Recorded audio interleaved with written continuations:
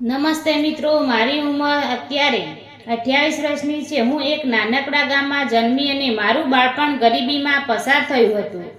ઘરમાં પૈસા તો શું, ઘણીવાર પૂરતું ખાવાનું પણ મળતું ન હતું। મારા પિતા ખેતરમાં મજૂરી કરતા અને આ ગામના ઘરોમાં કામ કરવા જતી, છતાં તેઓએ મને ક્યારેય દુઃખ અનુભવી દીધું ન હતું।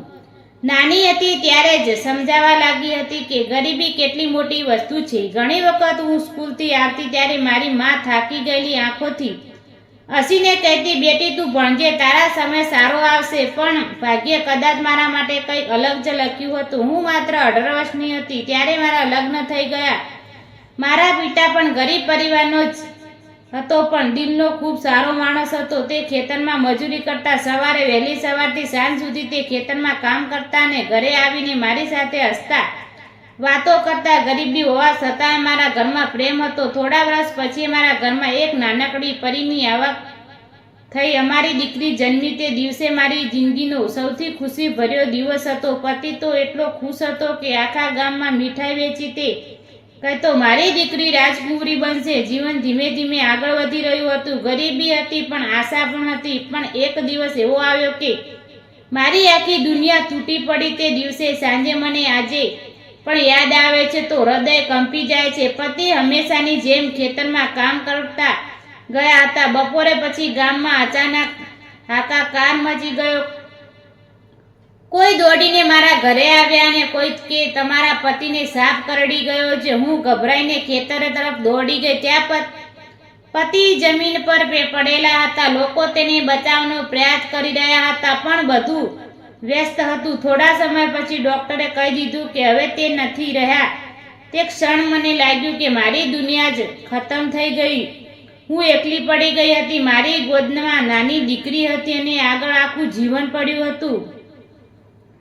ગામના લોકો થોડા દિવસ સહાનુભૂતિ બતાવીને પોતાના કામમાં લાગી ગયા, પણ મારી મુશ્કેલીઓ તો હવે શરૂ થઈ ગઈ હતી। મારી જીવન ચલાવવાનું હતું, દીકરીને ઉછેરવાની હતી। તેથી મેં ગામની મુખી દાદાની વાડીમાં મજૂરી કરવાનું શરૂ કર્યું। દરરોજના સવારે દીકરીને લઈને હું વાડીમાં જતી।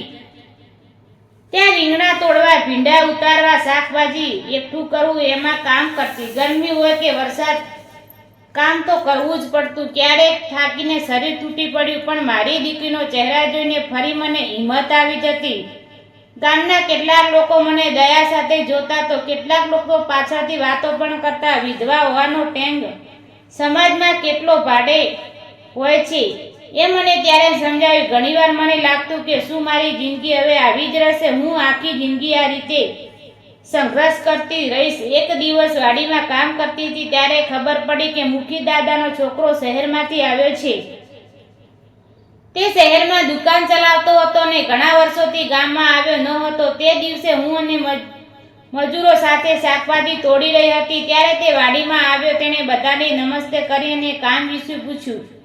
જ્યારે તેની નજર મારી પર પડી ત્યારે તેણે માત્ર એટલું જ પૂછ્યું, તમને કામમાં કોઈ મુશ્કેલી તો નથી ને?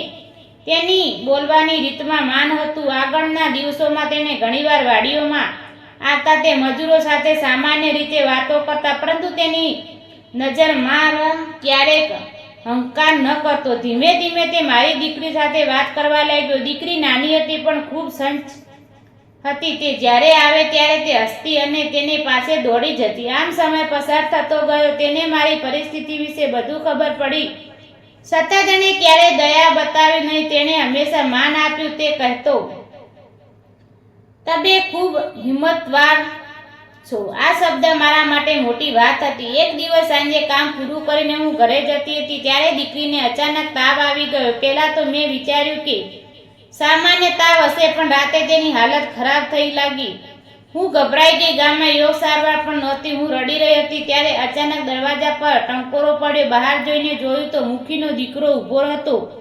તેને ખબર પડી હતી કે દીકરી બીમાર છે। તરત જ અમને શહેરમાં હોસ્પિટલ લઈ ગયો। આખી રાત હોસ્પિટલમાં મારી સાથે રહીને ડોક્ટરને કહ્યું કે જો થોડું મોડું થયું હોય તો હાલત ગંભીર બની શકતી હતી।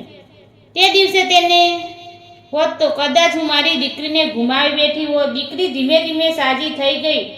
તે દિવસ પછી મારા મનમાં તેના માટે ખૂબ આદર ઊભો થયો। તેણે કોઈ સ્વાર્થ વગર મારી મદદ કરી હતી. થોડા દિવસ પછી તેને મને શાંતિથી કહ્યું, હું ઘણા દિવસથી એક વાત કહેવા માંગુ છું. હું જાણું છું કે તમારું જીવન ખૂબ દુઃખમાંથી પસાર થયું છે, પરંતુ હું ઈચ્છું છું કે તમે ફરીથી ખુશ રહો. જો તમને યોગ લાગે તો હું તમારી સાથે લગ્ન કરવા માંગુ છું અને દીકરીને મારી પોતાની દીકરી જેવી રહેશે. તેના શબ્દો સાંભળીને હું નિર્બંધ બની ગઈ. મારા મનમાં ઘણા પ્રશ્નો હતા. સમાજ શું કહેશે, લોકો શું વિચારશે? પરંતુ પછી મેં વિચાર્યું કે માણસે મુશ્કેલીમાં મારી મદદ કરી, મારી દીકરીને બચાવી તો ખરેખર સારો માણસ છે. થોડા દિવસ વિચાર કર્યો પછી મેં હા કહી. મૂકી દાદા પણ ખુશ થયા.